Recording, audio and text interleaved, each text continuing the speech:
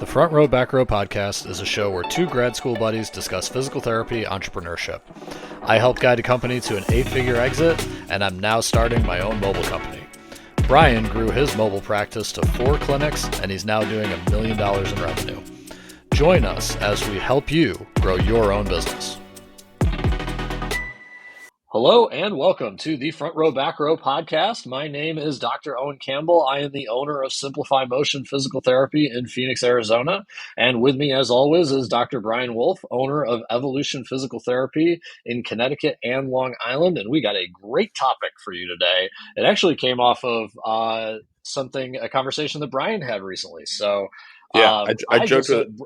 Sorry, go ahead. I'm interrupting already. No, you're good. I want you to set it up, man. Tell listeners what it is. The way we were talking was we were hiring a new physical therapist, talking with her, and she just asked a really interesting question that just stimulated my thought process on this, right? And she was like, how would you classify your clinic, the clinic that you have here? She goes, this is kind of like a boutique clinic. Like, it's a boutique clinic. That's what I've heard they're called. This is a PT who has like a lot of experience, great physical therapist, really cool personality. Like, I'm excited to make her an offer and hopefully have her part of our team. And I actually joked with her. I was like, this is a really good topic, to the point where like, we might be talking about this thing in a podcast. I was like, very, very, like, I actually was joking about it with her. And one of the things that I would say was like, what was interesting, Owen, was the way that it made me think was she was thinking of us as just like the idea of a boutique clinic versus a mill clinic. Right. And the idea basically of like, and so that's how she was kind of chatting. So we're going to talk mill PT versus boutique PT. Yes. And by the way, spoiler alert, I am a very like a pet peeve of mine is when people are like, oh, you're talking about insurance versus cash-based PT. To me, that is bullshit. That is not the way. Like, we have run into mill PTs that are cash-based PTs. We have run into mill PTs that are insurance-based. We have run into boutique PTs like mine just got talked about, which is an insurance-based PT. And we've talked about boutique as cash-based, right? So Ryan, you can't wait. Hold on. Be quiet. You can't say bad things about cash pay PT. I know, because if you do, then you must be a corporate big head that doesn't know anything. Exactly, man. God. So that's what got me thinking. I mean, we have 20 clinics, and she was calling this boutique, and I said, so it just got me on this big thought process of like good physical therapists and bad physical therapists. Sparked a really cool conversation to the point where I was like, first off, it made me just like the person even more, and I confirmed that I really can't wait to hire her. And two was it made me think more about us and have this conversation, because I think that one of the confusions that people have about cash physical therapy and insurance-based physical therapy is that there's a boutique aspect of cash PT. Right. Mm-hmm. And the answer that I would give people is the reason for why people should start cash PT when they're just starting out, like Owen, is because there are a lot of problems cash flow wise at times with insurance-based stuff. Mm-hmm. That's simple. Yep. You are not in control of the money coming in. That has nothing to do with you're so good at physical therapy, you're above the insurance. It doesn't mean, I want more time with my patients. It doesn't mean that either. It's from business practicality perspective. If someone said, hey, I want to start my business and I'm solo, how should I start?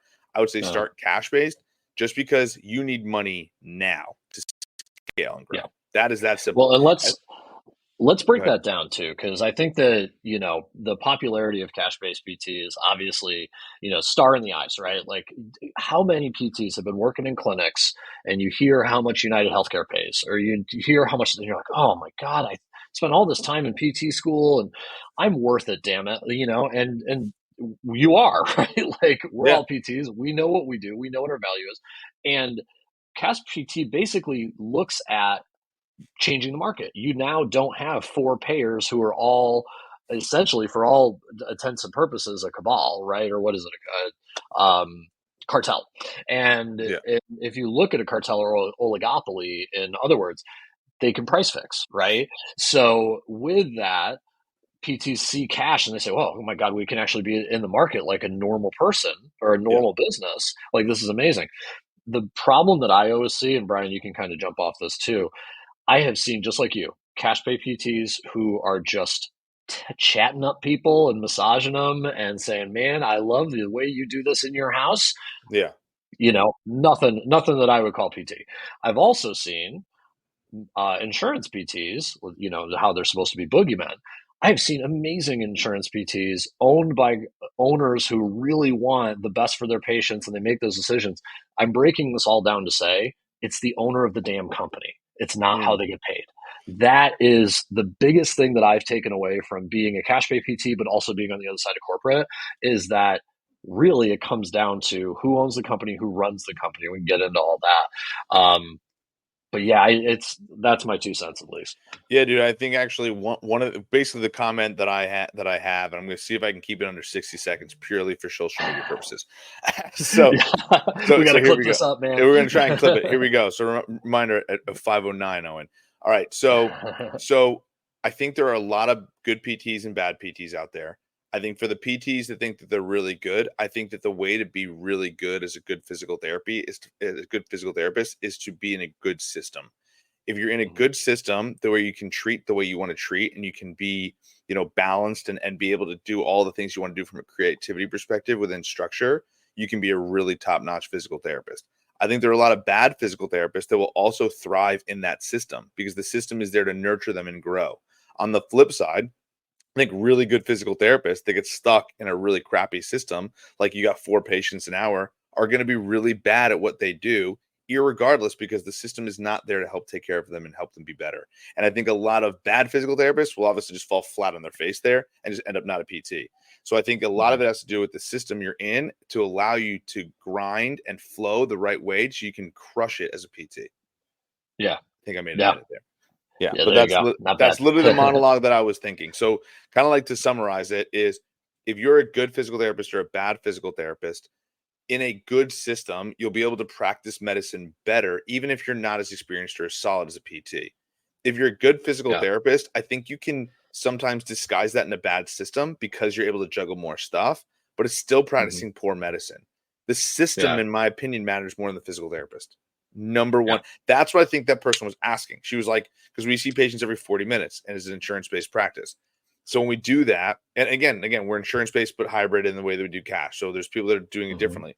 But the reality is when you're in a good system like that, I could give a bad physical therapist 40 minutes to the patient and they can do a good job. Right. I think that's Yeah. the thing. So what you're trying to do is create a system that is tailored towards good healthcare and patient care.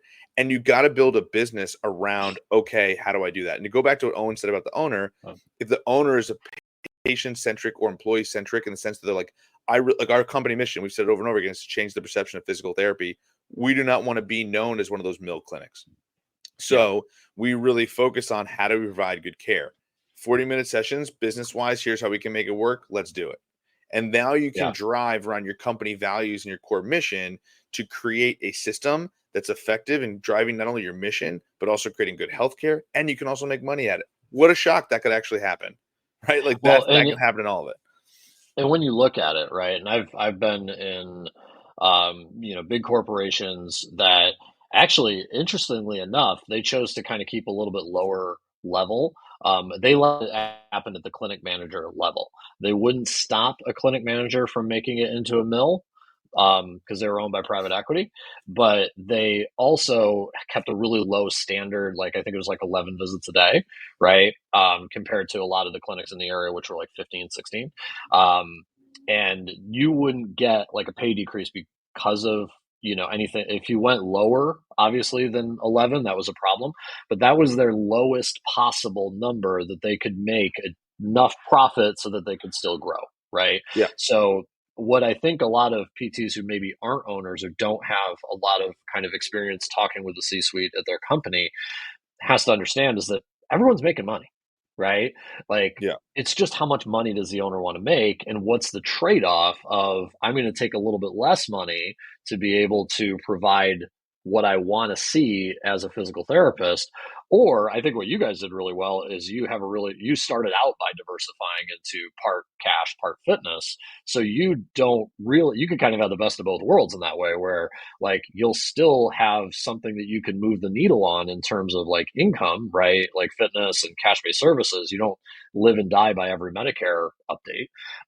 But at the same time, that allows you the flexibility to kind of choose to do that. So that's where I'm saying that my comment about the owner. And I think your comments about like a good PT and a bad system, kind of like that whole like a beautiful flower in the desert, right? Yeah, exactly. Be the most beautiful flower in the world, right? But if it doesn't have water, it doesn't have good soil, it doesn't have all that stuff, it's gonna struggle to become that. Doesn't mean it's not a beautiful flower. Just means it's a way better system when there's Well, water and that there's Th- soil. that's right. I mean, listen, I'm also not suggesting from that perspective that if we were to put a bad PT in a good system that they're going to thrive, right? That's not what I'm saying Yeah, either, right? yeah, So what I'm suggesting here is that essentially a good physical therapist will struggle I would put my money on a good physical therapist struggling in a bad system over a bad physical therapist thriving in a good system. yeah. And so to your Well, point about ownership and how because also like full transparency, we do a pretty good job of collecting like our from an insurance perspective here in Connecticut, like what we collect from insurance, right? We're okay on the pay per visit. So when we do that, the key becomes then you want to increase your volume at that pay per visit. But the reality of the situation for a lot of PT clinics, it's not the actual pay per visit, it's the zeros that you get from the insurance companies. Like where insurance PTs are a problem is if you don't follow the authorization process properly, if you don't verify benefits and you don't collect the right stuff, if you don't do those types of things and you get denials from insurance, you're in trouble. Because it's like I tell people it's like taking a test. If I get 100 and I have say I have 10 tests, let's do 10 visits of physical therapy. So I have 10 tests and I get 100 per test, right? If I get two mhm, zeros, all of a sudden my pay per visit just dropped to 80. If I get five mhm, zeros, it just dropped to 50.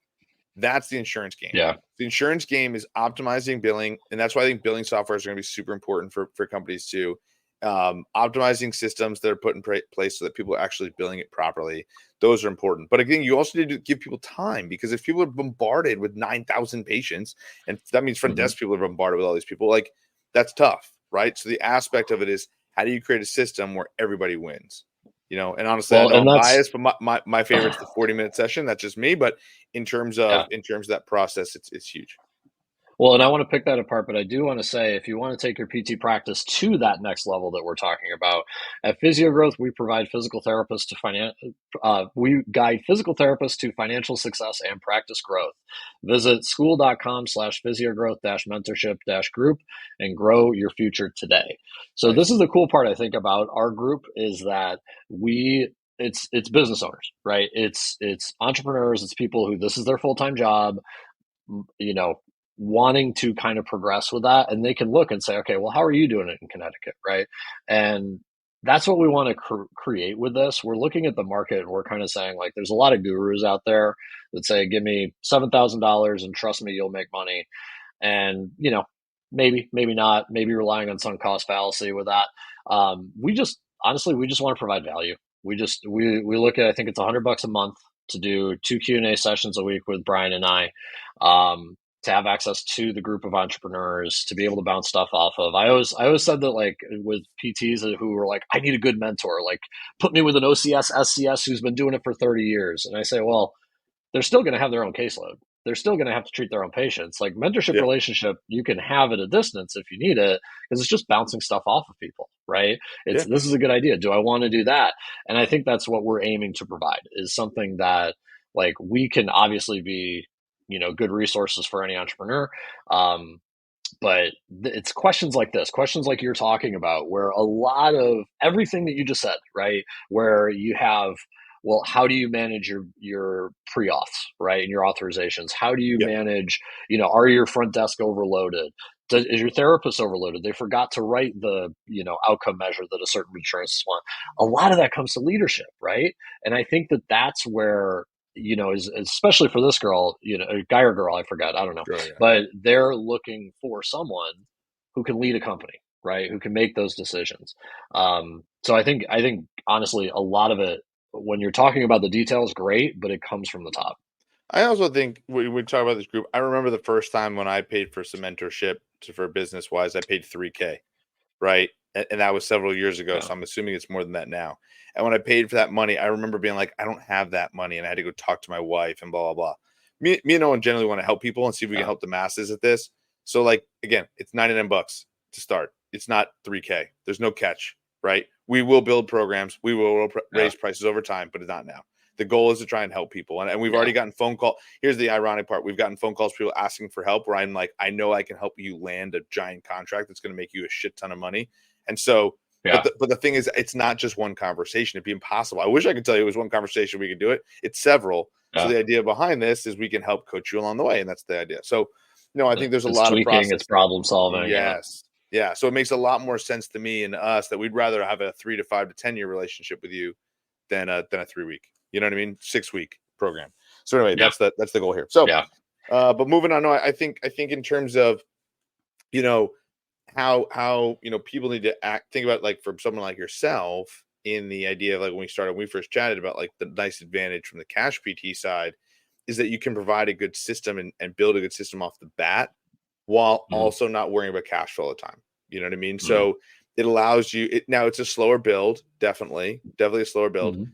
but it allows you not to have to be worried about cash flow all the time, which I know we've talked about personally. For most PTs is the issue. Unless PTs have $1 million or $500,000 chilling in the bank, I would Yeah. never suggest someone taking out a big ass bank loan, because I think that that's also, like, really risky if you get it wrong. Yeah. And if you take out a big bank loan, you better join a freaking group and get some mentorship. Spend some of that loan on the mentorship and make sure you're doing it correctly.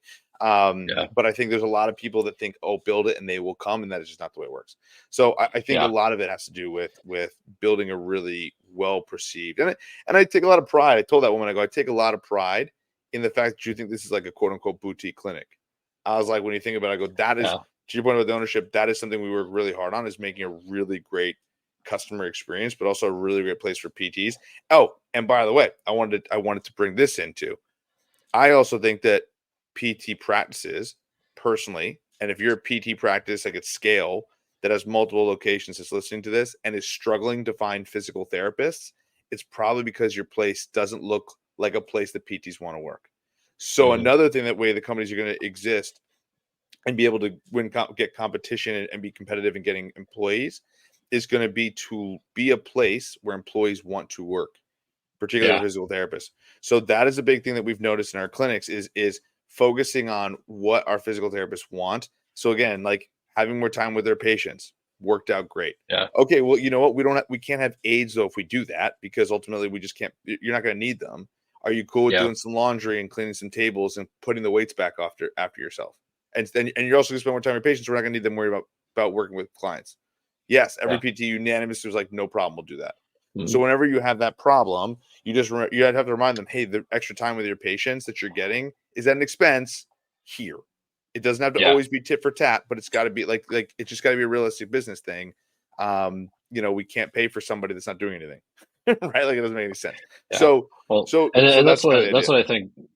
My friends in the corporate world, they're all just the entire problem they have is hiring people.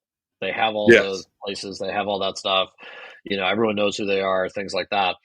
And then I think about our mentorship group member who hired somebody in 3 weeks, right? And it Yeah. was literally because of her mission. It was because of what she wanted to do, and that person was like, "Yo, sign me up. Let's go." Right? Really good. Um, Really sorry and to interrupt again, those are Owen. those are cool. I know it's just cool. Yeah. Yeah, really, really good point you just talked about, that I think you and I have chatted about, in particular that individual, right? And the same thing, and I actually brought this up. That's why I'm interrupting, is I brought this up in this conversation we're chatting this morning. Is Mhm. the reason this person wants to come work for us is because they were getting sick of the fact that when they were working with athletes, they had to discharge them early. And her exact words, and I've heard we've used this with orthopedic surgeons before. She goes, my biggest problem is that the heaviest weight we had in the clinic was like 20 pounds.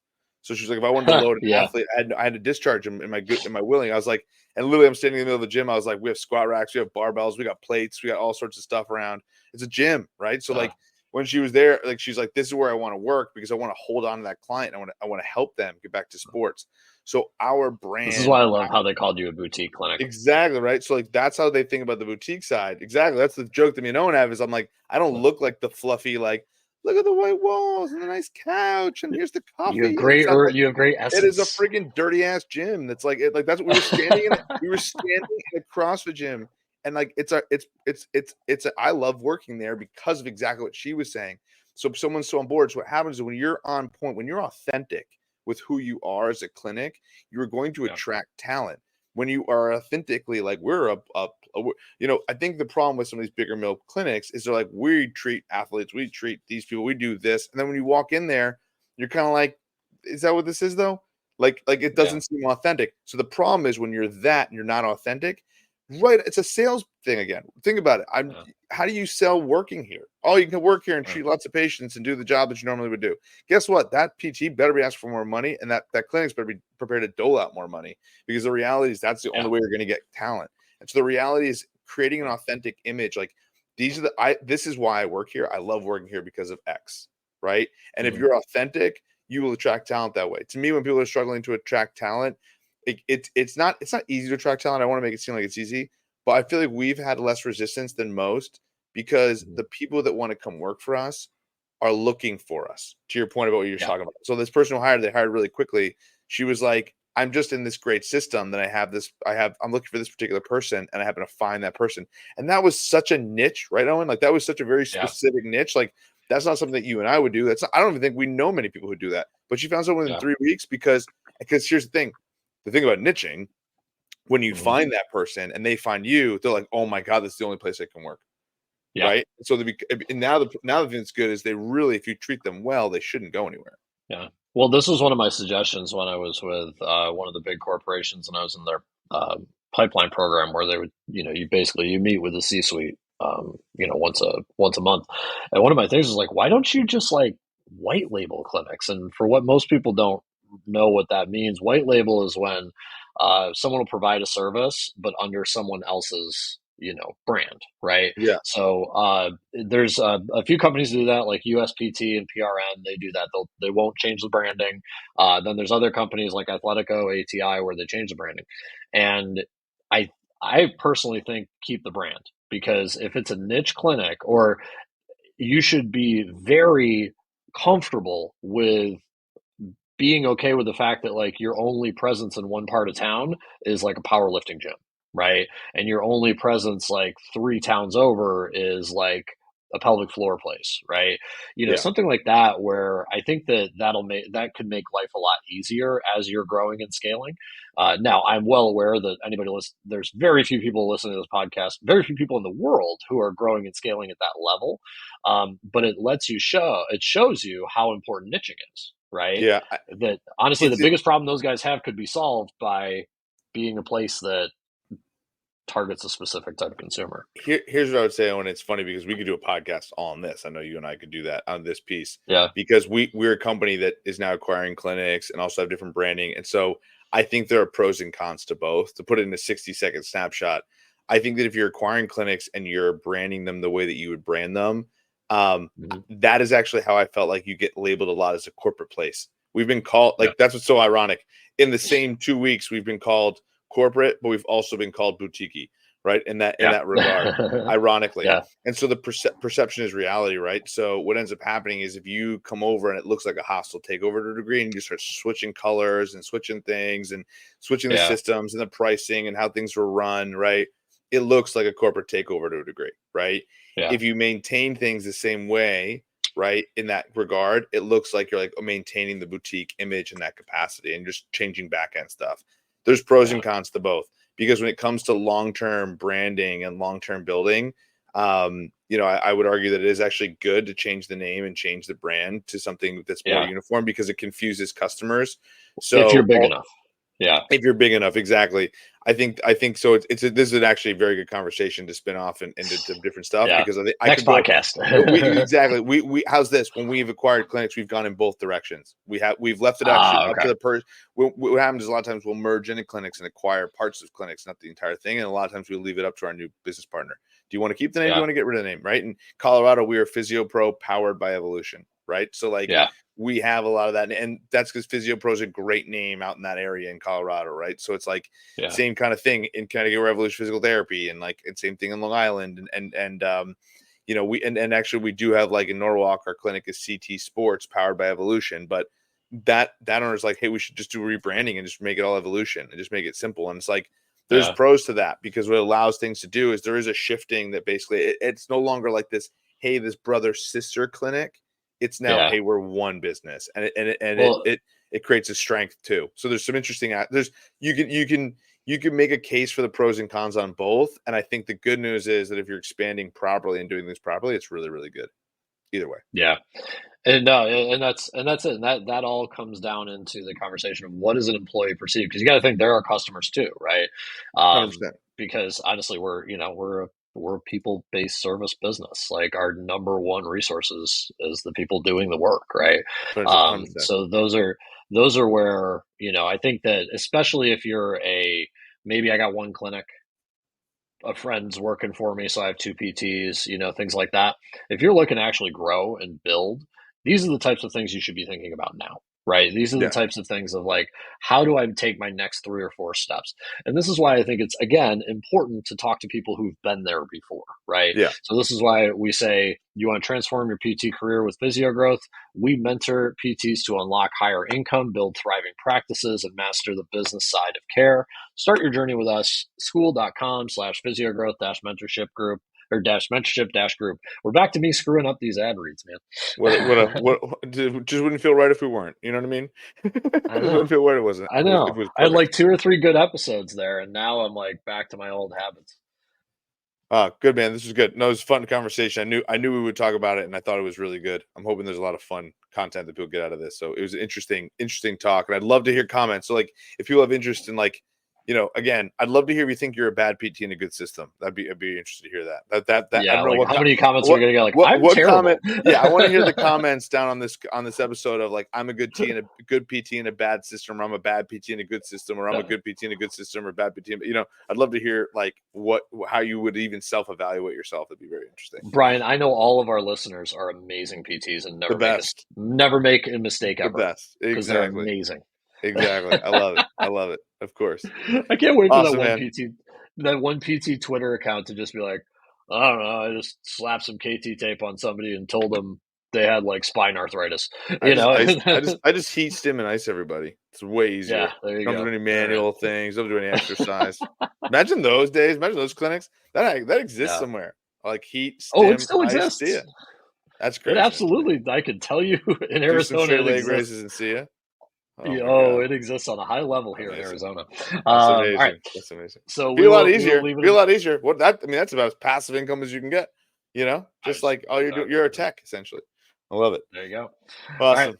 All Well, right, man. all right, my friend. Have a good See you, bud. Thursday. You too. See you.